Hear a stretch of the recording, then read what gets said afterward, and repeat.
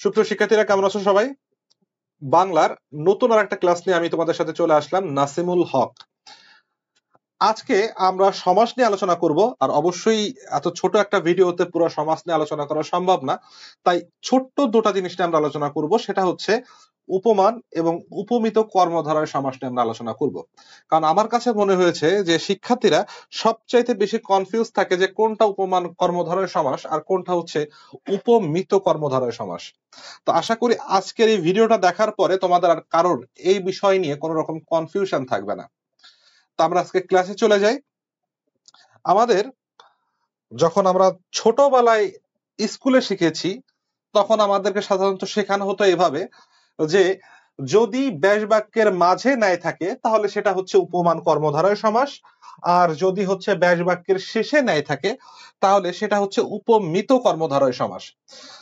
কিন্তু এক্ষেত্রে কনফিউজড হওয়ার অনেক জায়গা আছে। যেমন আমি যদি একটা উদাহরণ দিই, যে এখানে যদি বলা হয় যে চাঁদ মুখ,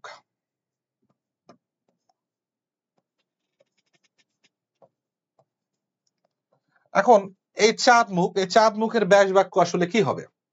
এই চাঁদ মুখের ব্যাস বাক্য হতে পারে হচ্ছে মুখ চাঁদের ন্যায়,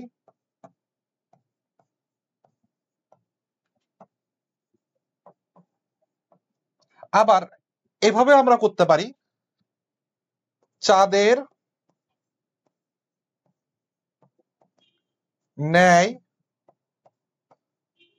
মুখ। এখন একটা খেয়াল করে দেখো, একবার কিন্তু ন্যায় বাক্যের শেষে চলে যাচ্ছে, আর একবার ন্যায় হচ্ছে বাক্যের মাঝে চলে আসছে। তাহলে আসলে আমরা এই ক্ষেত্রে চাঁদ মুখকে উপমান কর্মধারয় সমাস বলবো নাকি উপমিত কর্মধারয় সমাস বলবো? এক্ষেত্রে কনফিউশন থেকেই যাচ্ছে। আবার অনেক ক্ষেত্রে এভাবে পড়ানো হয়, যদি সাধারণ গুণের উপস্থিতি থাকে, মানে ব্যাস বাক্যের ভিতর যদি সাধারণ গুণের উপস্থিতি থাকে তাহলে সেটা হচ্ছে উপমান কর্মধারয় সমাস, আর যদি হচ্ছে সাধারণ গুণের উপস্থিতি না থাকে তাহলে হচ্ছে উপমিত কর্মধারয় সমাস। একটু উদাহরণ দিলে তোমাদের কাছে ব্যাপারটা ক্লিয়ার হবে। যেমন হচ্ছে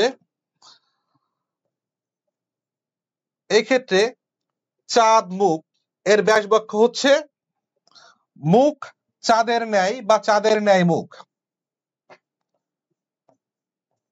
চাঁদের ন্যায় মুখ।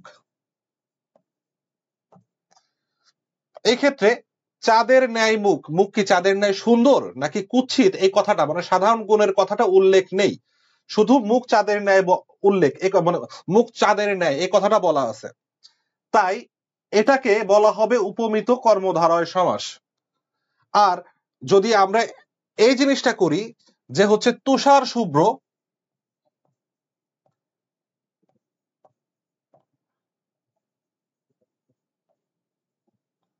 তুষার শুভ্র এটার ব্যাস বাক্য হয় হচ্ছে তুষারের ন্যায় শুভ্র,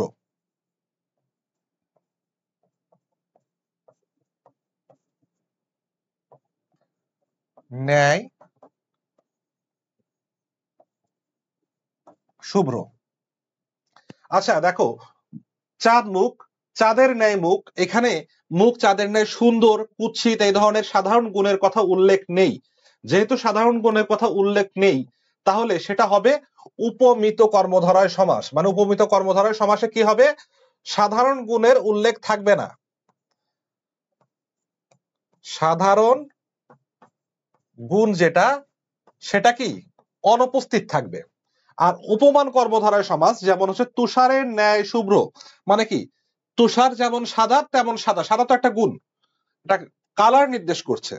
তাই যেখানে এরকম সাধারণ গুণের উল্লেখ থাকবে সেটা হবে উপমান কর্মধারয় সমাস, মানে হচ্ছে এখানে সাধারণ যে গুণটা আছে সেটা উপস্থিত থাকবে। এইভাবে আমরা উপমান এবং উপমিত কর্মধারয় সমাস মনে রাখতে পারি। কিন্তু আজকের ক্লাসের পরে আমরা আরেকটু সহজভাবে ব্যাপারটা মনে রাখতে পারবো। কিভাবে মনে রাখতে পারবো?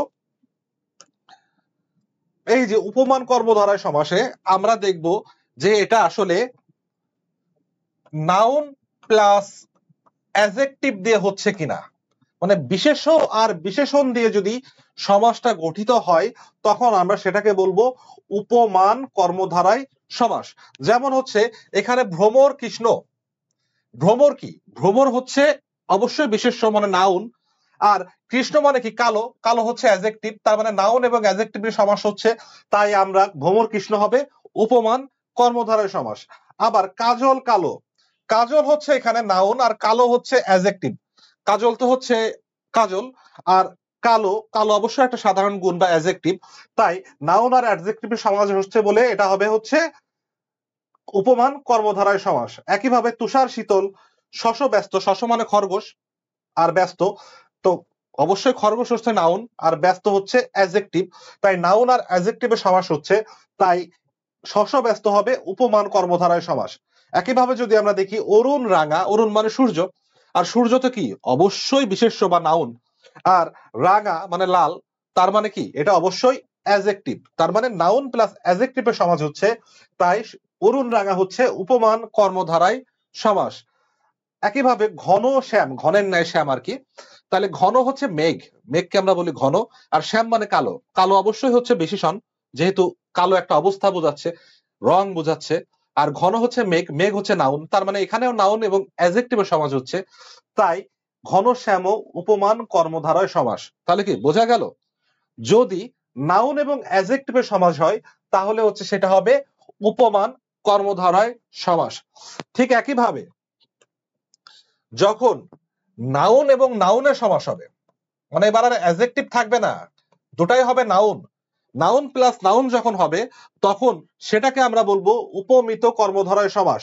যেমন বাহু মানে হচ্ছে হাত, আর লতা, তাহলে বাহু লতা, বাহু এখানে নাউন আর লতাও নাউন, তাই বাহু লতা হচ্ছে উপমিত কর্মধারয় সমাস। পরেরটা যদি বলি পুরুষ সিংহ বা সিংহ পুরুষ, যেটাই আমরা বলি না কেন, এখানে পুরুষ এবং সিংহ দুটাই কিন্তু নাউন, তাই সিংহ পুরুষ বা পুরুষ সিংহ সেটা উপমিত কর্মধারয় সমাসের উদাহরণ। অধর পল্লব, অধর মানে তো ঠোঁট, পল্লব মানে পাতা, দুটাই নাউন, তার মানে নাউন এবং নাউনের সমাস হচ্ছে, তাহলে এটাও হবে উপমিত কর্মধারয় সমাস। চাঁদ মুখের উদাহরণটা আমরা এর আগেই আলোচনা করেছি, যেহেতু চাঁদও নাউন এবং মুখও নাউন, তাই এটা হচ্ছে উপমিত কর্মধারয় সমাস। ঠিক তেমনি ভাবে ফুল কুমারী, ফুল এবং কুমারী দুটাই নাউন, এবং নাউন এবং নাউনের সমাস হচ্ছে, তার মানে এটা হবে উপমিত কর্মধারয় সমাস। তাহলে আজকের পরে আশা করি উপমান কর্মধারয় সমাস আর উপমিত কর্মধারয় সমাসে কোনো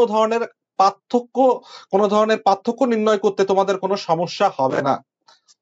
কারণ উপমান কর্মধারয় সমাসে শুধু মনে রাখতে হবে অ্যাডজেক্টিভ আছে কিনা, মানে নাউনের সাথে যদি অ্যাডজেক্টিভ থাকে তাহলে সেটা হবে উপমান কর্মধারয় সমাস, আর নাউনের সাথে যদি অ্যাডজেক্টিভ না হয়ে নাউন প্লাস নাউনের সমাস হয় তাহলে সেটা হবে উপমিত কর্মধারয় সমাস।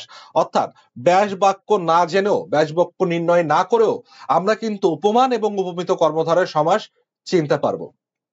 আশা করি তোমাদের ভালো লেগেছে, এবং এরপর থেকে উপমান এবং উপমিত কর্মধারয় সমাস নিয়ে তোমাদের কারো কোনো ধরনের কোনো সমস্যা হবে না। নেক্সট ক্লাসে সমাসেরই অন্য কোনো একটা ব্যাপার নিয়ে আলোচনা করবো, এবং খুব সহজে অন্য কোনো একটা সমাস আমরা নির্ণয় করতে শিখবো। সে পর্যন্ত সবাই ভালো থাকো, সুস্থ থাকো, আর অবশ্যই ব্ল্যাকবোর্ডের সাথে থাকো। ধন্যবাদ সবাইকে।